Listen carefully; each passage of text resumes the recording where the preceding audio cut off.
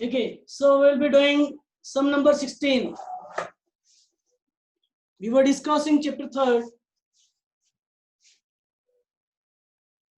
Chapter 3rd में unsolved question 16th का B part we are discussing, given to you on page number 3.141. Okay, A and B are partners. A and B are partners in a firm sharing profits and losses in the ratio of 5:3. They admit C and D as new partners. उन्होंने C और D को admit किया. A sacrifices half of his share in favor of C. बच्चे दोनों अलग अलग statements हैं. A sacrifices half of his share in favor of C and B sacrifices 1/4 from his share. B ने directly 1/4 दे दिया C को. तो getting to know what I'm trying to say, A ने अपने शेयर का हाफ C के favour में दिया. A ने अपने शेयर का हाफ C के फेवर में दिया और B ने अपने शेयर में से डायरेक्टली 25% या 1/4 डायरेक्टली C को दे दिया. Calculate their new PSR. We have got their old ratios, which is 5:3. Their old ratio is 5:3. Sacrifice कितना किया है? Sacrifice made by A कितना? 5/8 का हाफ इसने C के फेवर में दिया. This is equal to 5/16. तो जो A ने सेक्रीफाइस किया वही तो C का नया शेयर बना. We can say sacrifice made by A or new share of Mr. C. एक ही चीज है. 5/16. Then we have sacrifice made by B. कितना? 1/4 directly from his share. तो जो B ने sacrifice किया, we can directly say this is the sacrifice made by D or new share of Mr. D. एक ही तो बात है. तो क्या इनके नए रेशो आ गए? नहीं, नया रेशो तो हमारे पास सिर्फ D का आया है और C का आया है. A और B का तो नया रेशो निकालना है. ये तो इन दोनों के सैक्रिफाइसेस हैं. तो A का नया रेशो निकाल लो. नया रेशो कैसे निकालेंगे आप? Old ratio that is 5/8 minus जो इसने सैक्रिफाइस कर दिया that is 5/16. This will be equivalent to 5/16. जब आप इसको सोल्व करेंगे तो A का जो नया शेयर आएगा वो 5/16 आ जाएगा. B का नया शेयर क्या आएगा? Old share that is 3/8 minus इसने तो डायरेक्टली सैक्रिफाइस कर दिया 1/4 फ्रॉम दिया हुआ है तो डायरेक्टली 1/4 सैक्रिफाइस कर दिया. तो इसमें से क्या माइनस करेंगे? डायरेक्टली 1/4. यहाँ पे हमने 5/8 का हाफ किया था, वही तो इन्हें सैक्रिफाइस किया. हमने 5/8 माइनस 1/2 नहीं किया, हमने 5/8 में से वो माइनस किया जो ए ने सैक्रिफाइस किया. ठीक है. तो 3/8 माइनस 1/4 इज इक्वल टू, इसको अगर हम 16 की टर्म्स में लेकर आते हैं, if we bring it in the terms of 16 we will get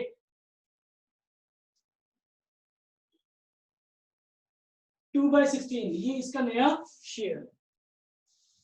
C का नया शेयर क्या है? 5/16 और D का नया शेयर क्या है? 1/4 which is equal to 4/16. Therefore the ratio becomes, देखो पहले तो वेरिफिकेशन करो क्या सही है.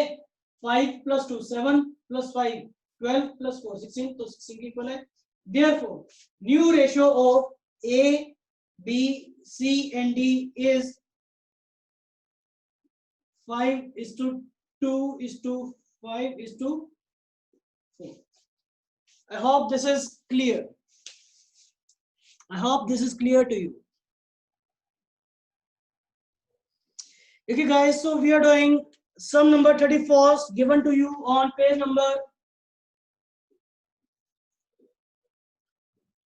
3.143.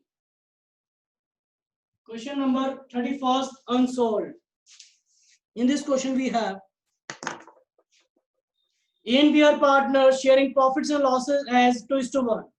दो पार्टनर से 2:1 का रेशियो है. On 1st April 16, they admit C as a partner for 1/4 share, who pays 4,50,000 as goodwill privately. Guys, this is a new concept. कुछ बच्चों ने मुझसे पूछा 31st क्वेश्चन, तो when the goodwill is paid privately, मतलब हम दो पार्टनर्स हैं, एक मैं और एक बोर्ड, आप लोग एडमिट होना चाहते हैं और हमने आपसे कह दिया कि भैया, फर्म ने आपसे कह दिया कि ये जो पैसे लेकर आ रहे हो गुडविल के, ये फर्म में लेकर आने की जरूरत नहीं, फर्म नहीं कहा है, फर्म में ये पैसे लाने की जरूरत नहीं है, आप बाहर से इन दो पार्टनर्स को अलग से पे कर दो 4,50,000. क्या फर्म को पता चला कि दो पार्टनर्स के पास रुपए आ गए हैं? नो डाउट पता चला, लेकिन of the records. Of the records हम बात करते हैं ना, बड़ी बड़ी एजेंसीज होती हैं, कोई काम करना जब घी सीधी उंगली से नहीं निकलता तो वो टेढ़ी उंगली से निकालने की कोशिश करते हैं, लेकिन कहते हैं एक बात का ध्यान रखना, अगर हमारा कहीं पे भी नाम आया तो हम आपको डिसऑन कर देंगे, हम भूल जाएंगे कि आप हमारे कुछ लगते हो. You might have seen the movies based on this, जिसमें रो ISI वगैरह की मूवीज होती है, तो अपने उनके एजेंट्स को कहते हैं, अगर कहीं पे भी आप पकड़े गए तो हम आपके बारे में ये बोल देंगे कि हम आपको नहीं जानते. तो same is the case over here. हम लोगों ने सी को बोला कि सही आप गुडविल ले आओ प्राइवेटली, फर्म को पता है लेकिन ऑफ द रिकॉर्ड्स पता है, मतलब अगर मैं कहूं तो फर्म को नहीं पता है.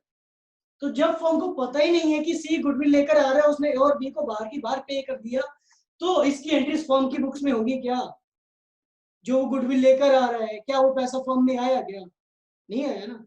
देयरफॉर जो सी गुडविल लेकर आया प्राइवेटली, उसकी बुक्स में एंट्री नहीं होगी. ठीक है, कितने शेयर के लिए आ रहा है वो? 1/4 शेयर के लिए आ रहा है. ठीक है, तो पार्टनर्स ने उसको 1/4 शेयर के लिए फ्री में आने के लिए अलाउ कर दिया फर्म के पॉइंट ऑफ व्यू से. On 1st April 17 they take D as a partner. अब अगले साल उन्होंने डी को एडमिट कर लिया for 3/5 share, who brings 4 lakh as goodwill, who brings 4 lakh as goodwill, out of which half is withdrawn by the existing partners. अब D privately नहीं लेकर आ रहा, अगर प्राइवेटली लेकर आता तो स्पेसिफिकली बोलते, डी 4 लाख रुपए लेकर आ रहा है गुडविल के, जिसमें से आधे पार्टनर्स ने निकाल लिए हैं, मतलब कैश निकाल लिया. इसके बाद ऑन 1st April 18 यानी उसके एक साल बाद उन्होंने ई को एडमिट कर लिया 1/6 शेयर के लिए, जो 5 लाख रुपए लेकर आया गुडविल के लिए, which is retained in the business. ये लाइन तो अगर ना भी बोलता तो भी हम ये एज्यूम करते हैं कि वो बिजनेस में ही पड़े. तो अब we have to generalize about transaction the books of the firm. Generalize करना है इन ट्रांजैक्शंस को, तो जनरलाइज करना है, तो लेट्स स्टार्ट जनरलाइजिंग. सबसे पहले सी आया फर्म में 1/4 शेयर के लिए, तो क्या उसके लिए गुडविल की एंट्री पास करने की जरूरत है? नहीं है. फर्म में पैसे नहीं आया तो फर्म के पॉइंट ऑफ व्यू से क्या ए और बी को देंगे? खत्म केस.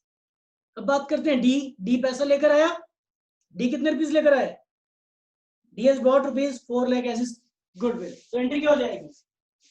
फर्स्ट एंट्री आपकी हो जाएगी bank account debit to goodwill.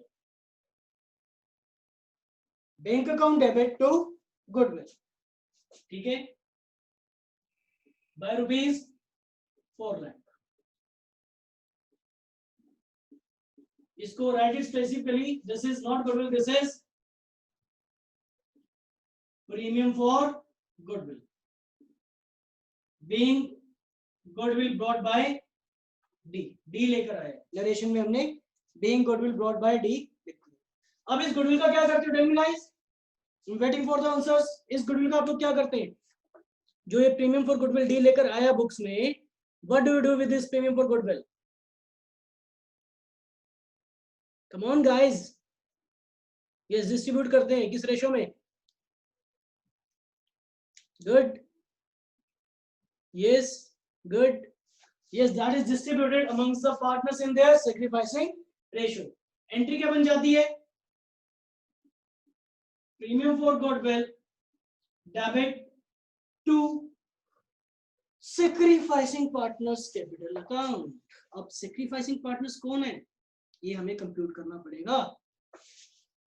जब डी पार्टनर फॉर्म में एडमिट हुआ तब उस टाइम कौन कौन से पार्टनर्स थे फॉर्म में? क्या सिर्फ और सिर्फ ए और बी थे या ए बी और सी थे? सर जब डी फॉर्म में एंटर हुआ तब ए बी और सी पार्टनर्स थे। तो अब इन तीनों पार्टनर्स का सैक्रिफाइसिंग निकालने के लिए हमें उनका ओल्ड रेशो भी चाहिए और न्यू रेशो भी चाहिए। ओल्ड रेशो कौन सा चाहिए? ए और बी का चाहिए क्या सिर्फ, या सी के आने के बाद का शेयर चाहिए? तो इस केस में जब सी आया 1/4 के लिए तो इसके बेसिस पे आप सबसे पहले एबीसी का नया शेयर निकालोगे। फिर जब डी आया तो डी के बेसिस पे नया शेयर निकालोगे और ओल्ड शेयर हो जाएगा हमारे पास एबी और सी का, उसके बेसिस पे आपका सैक्रिफाइसिंग रेशियो है। ठीक है, तो सबसे पहले let's compute the new PSR of A B and C when C is admitted into the firm. अभी दो पार्टनर्स हैं स्टार्टिंग में जिनका पीएसआर था 2:1। सी एडमिट हुआ 1/4 शेयर के लिए, तो कुछ भी नहीं दे रखा कि इसने शेयर एक्वायर कैसे किया, तो हम इस सम को कैसे करते हैं? Let total share be equal to 1, C's share is 1/4, therefore A's share कितना हो जाएगा? रिमेनिंग शेयर 3/4 है, तो 3/4 का ए को कितना मिलता है?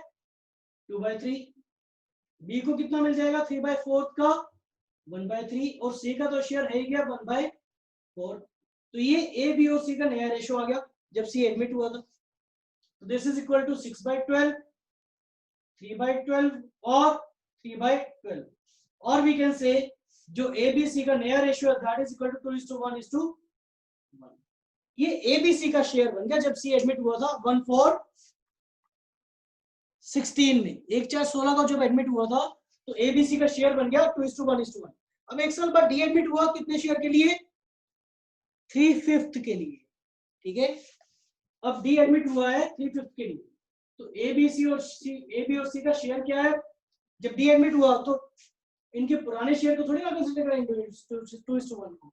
अब तो ए बी और सी के शेयर को कंसीडर करेंगे। क्यों? क्योंकि डी के लिए तो 3 पुराने पार्टनर्स हैं। कौन कौन से? ए बी और सी। डी को एडमिट किया गया 3/5 शेयर के लिए। ठीक है, तो अब इसके बेसिस पे इनका नया रेशियो निकाल लो। नया रेशियो आ जाएगा तो ऑल रेशियो भी है तो हम सैक्रिफाइसिंग रेशियो निकाल सकते हैं। सैक्रिफाइसिंग रेशियो क्यों चाहिए इसके लिए? तो tell me one thing guys, should I compute the new ratio in this case? Tell me one thing guys, I am waiting for the answer. हमें सैक्रिफाइसिंग रेशियो चाहिए। We need the sacrificing ratio of the partners. हमें given है 3 partners, D को एक नया partner एक admit किया गया और कुछ भी नहीं दे रखा कि इसको कैसे एडमिट किया गया, मतलब ये इसने शेयर कैसे किस तरीके से किस पर्सन से एक्वायर किया। So do we need to compute the new ratio in this case? अगर मैं सिर्फ डी तक करूं? No sir, why not? Yes, good. Your answer is correct. We need not compute new ratio in order to compute sacrificing ratio. Why not? Why not? Yes, good. Good. Others, I'm waiting for the answers. Good, Ishika.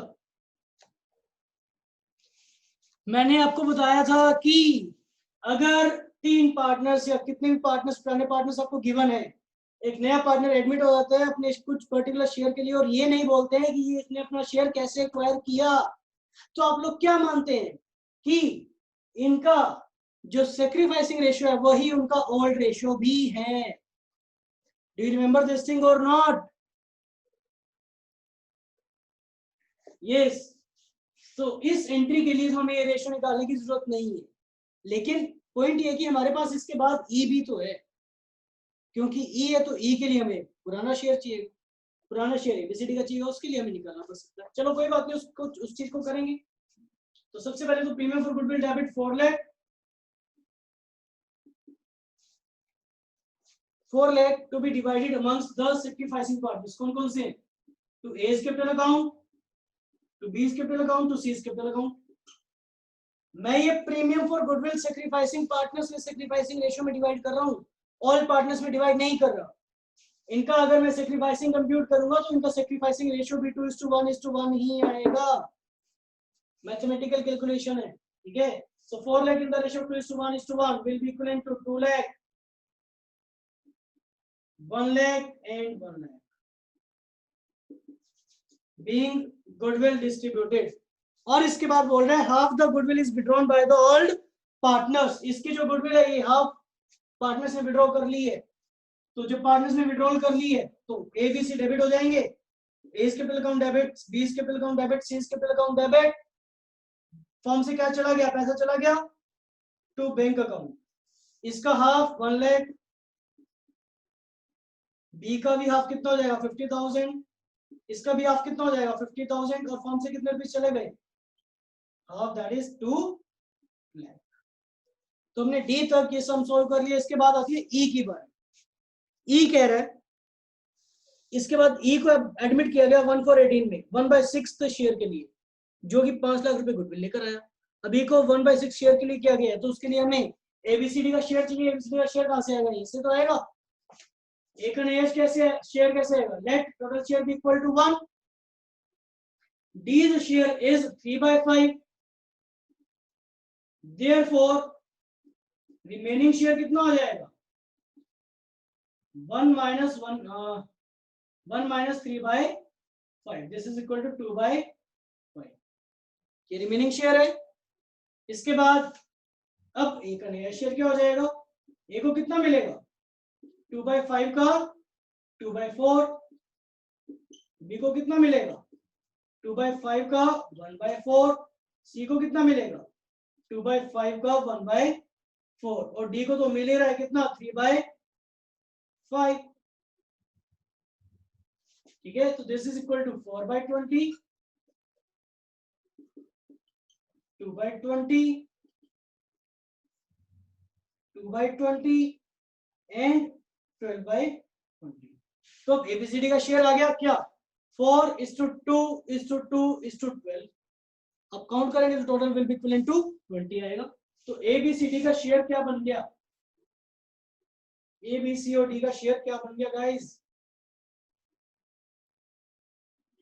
4:2:2:12, which we can write it as 2:1:1:6. ठीक है. मैंने इसको 2 से और cut कर दिया. अब ई admit हुआ है कितने शेयर के लिए? 1/6 के लिए. और गुडविल लेकर आया है 5 लाख रुपीस की, तो उसकी एंट्री क्या हो जाएगी? Bank account debit to premium for goodwill ₹5 lakh.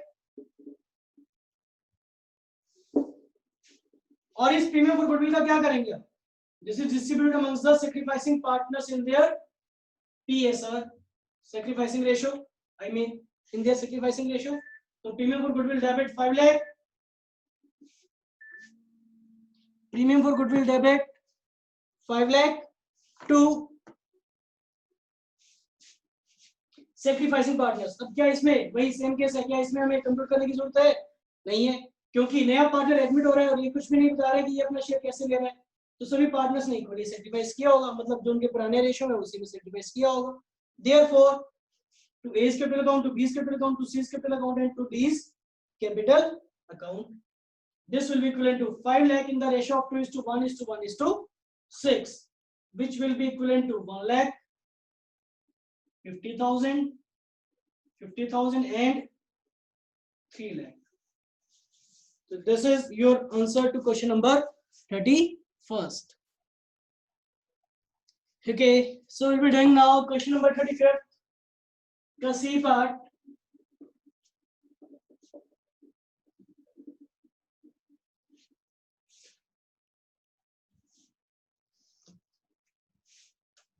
Question number 35th. The C part given to you on page number 3.145. Sin 31st के C part में we have A and B carrying on business as partners used to share profits and losses. Thus 4/7 और 3/7 A और B का share दे रखा है 4:3 and goodwill appeared. This is a new concept, guys. And goodwill appeared in the books of the firm at rupees 2,80,000 when C was admitted as a partner, having 1/7 share in the profits and losses. C को admit किया गया 1/7 share के लिए. अभी दो partners हैं ए और B जिनका पीएसआर है 4:3. सी को एडमिट किया गया 1/7 शेयर के लिए और जिस टाइम सी को एडमिट किया गया उस time goodwill appeared in the books. Goodwill appeared in the books. Answer में गाइस कौन सी गुडविल की बात कर रहा है? There are two types of goodwill. ये कौन सी गुडविल की बात कर रहा है? When it is saying that the goodwill appeared in the books. Yes good Ishika. Yes good Nitika. Good good यार आई वांट आंसर्स. कौन सी गुडविल है ये? परचेज है या सेल्फ जनरेटेड है? अब तो बता दो यार. ऑलरेडी अपीयर हो रही है तो ऑलरेडी अपीयर हो रही है बुक्स में. इसका मतलब ये कि this is appearing in the balance sheet of the firm. जब ये बोल रहा है this is appearing in the books of the firm it means this is appearing in the balance sheet of the firm. और balance sheet में जो goodwill appear हो रही है that is their purchase goodwill. ये कॉन्सेप्ट हमने second chapter में भी किया है. ठीक है. Is good Preeti. So second chapter में भी किया और वहां पे ये किया था जब ऑलरेडी बुक्स में कुछ चीजें अपीयर हो रही होती हैं तो उनको सीधा उड़ा देते हैं, शूट कर देते हैं. ध्यान है. और उनको शूट कौन करता है? उनको शूट कौन करता है? क्या नया पार्टनर भी आके उसको शूट करता है क्या? Tell me one thing. या सैक्रिफाइसिंग पार्टनर शूट करते हैं या फिर ओल्ड पार्टनर्स शूट करते हैं? अरे भैया पुराने पार्टनर्स शूट करेंगे. Yes good. जब नया पार्टनर अभी आया है उसको पुरानी गुडविल से क्या लेना देना? जो ऑलरेडी अपीयरिंग गुडविल है, परचेज गुडविल है, उस पे ऊपर तो ऑल पार्टनर्स का राइट है. ये ऑल पार्टनर्स को बियर करना है तो उसको शुड बी पुराने पार्टनर्स ही करेंगे पुराने पीएसआर में. तो goodwill already appearing is at rupees 2,80,000 और उसका नेचर अभी क्या है? क्योंकि वो बुक्स में कहाँ पे किस साइड अपीयर हो रही है बताओ मुझे. जो ऑलरेडी अपीयरिंग गुडविल है उसका क्या नेचर है? डेबिट या क्रेडिट? यस उसका नेचर है डेबिट. तो उसको खत्म करने के लिए क्या करेंगे? उसको खत्म करने के लिए करेंगे क्रेडिट. देयरफॉर एंट्री क्या हो जाएगी? Old partners capital account debit. कौन से old partners? A is capital account debit, B is capital account debit. To premium for goodwill. Premium for goodwill लिख दूं क्या? नहीं, ये प्रीमियम फॉर गुडविल नहीं, सेल्फ जनरेटेड गुडविल थोड़ी ना है. ये तो पुरानी गुडविल है. ठीक है. This is goodwill only. So A is capital account debit, B is capital account debit to goodwill. कितने की है गुडविल? रुपीज 2,80,000 की. किस रेशियो में? In the ratio of 4:3 which will be equivalent to 1,60,000 and 1,20,000. So being purchased goodwill distributed. यहाँ तक हो गया. अब C 1/7 शेयर के लिए आया. अब C का पार्ट शुरू होगा. C के आने से पहले जो गुडविल थी वो पार्टनर्स ने आपस में खत्म कर ली. ठीक है. अब C को एडमिट किया गया 1/7 शेयर के लिए. C was asked to pay a premium of rupees 75,000 for goodwill and for the profit sharing ratio as between A and B remained unchanged. सबसे पहले तो C गुडविल लेकर आया 75,000 की. ठीक है. उसकी एंट्री क्या होगी? पैसे आ रहे हैं तो एंट्री क्या हो जाएगी? Bank account debit. कौन लेकर आया? C लेकर आया. तो 2 C कैपिटल करते हैं? नहीं. किसके लिए लेकर आया वो? प्रीमियम के लिए. तो 2 प्रीमियम फॉर गुडविल. कितने? 75,000. क्या करते हो इसका? इस premium for goodwill this is distributed amongst the sacrificing partners. अब सेक्रीफाइसिंग पार्टनर्स जरूरी तो नहीं है ना कि ये और भी दोनों, इन दोनों में से एक भी हो सकता है, क्वाइट पॉसिबल, हमने कल किया था। हो सकता है इसमें से एक अनचेंज हो एक गेनिंग हो, या फिर मतलब या तो एक अनचेंज हो या एक गेनिंग हो, बल्कि दूसरा जो सेम पार्टनर हो तो डेफिनेटली सेक्रीफाइसिंग होगा ही होगा। अब now we have to search कि ऐसा कौन सा पार्टनर है। अब देखो क्या हम यहाँ पे ये रूल अप्लाई कर सकते हैं कि नया पार्टनर आ रहा है तो उनका पुराने पार्टनर्स का जो ओल्ड रेशियो वही सेक्रीफाइसिंग रेशियो, नहीं बचे एक बार नहीं लगा सकते। क्यों? क्योंकि इसमें इस केस में ये दे रखा है कि ए और बी दो पार्टनर्स है, नया पार्टनर आ रहा है and the profit sharing ratio between A and be remain unchanged.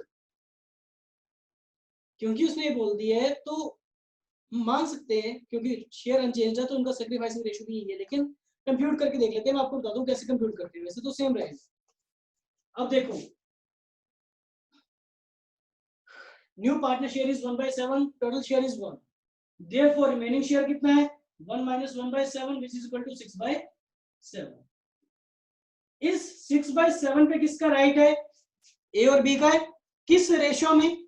In the ratio of the ratio between A and B remained unchanged.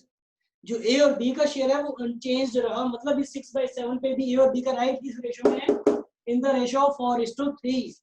Therefore A को मिलेगा कितना 6/7 का 4/7, बी को कितना मिलेगा 6/7 का 3/7, और सी को कितना मिल रहा है 1/7।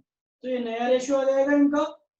ओल्ड रेशियो है आपके पास, नया रेशियो आ गया तो आप सेक्रीफाइसिंग रेशियो निकाल सकते हैं, और जब आप निकालेंगे तो you will get it in the ratio of 4:3। क्यों? क्योंकि ये यहाँ पे स्पेसिफिकली दे दिया बुक में कि पुराने पार्टनर्स का शेयर्स अनचेंज्ड है, ठीक है, अनचेंज है तो उन्होंने उसी रेशियो में सेक्रीफाइस भी किया होगा।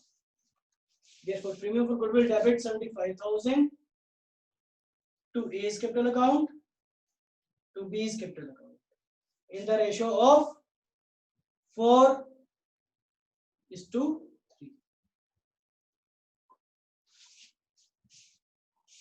Okay, I hope this is clear to you guys. That's it for today, guys. See you on Monday. Thank you.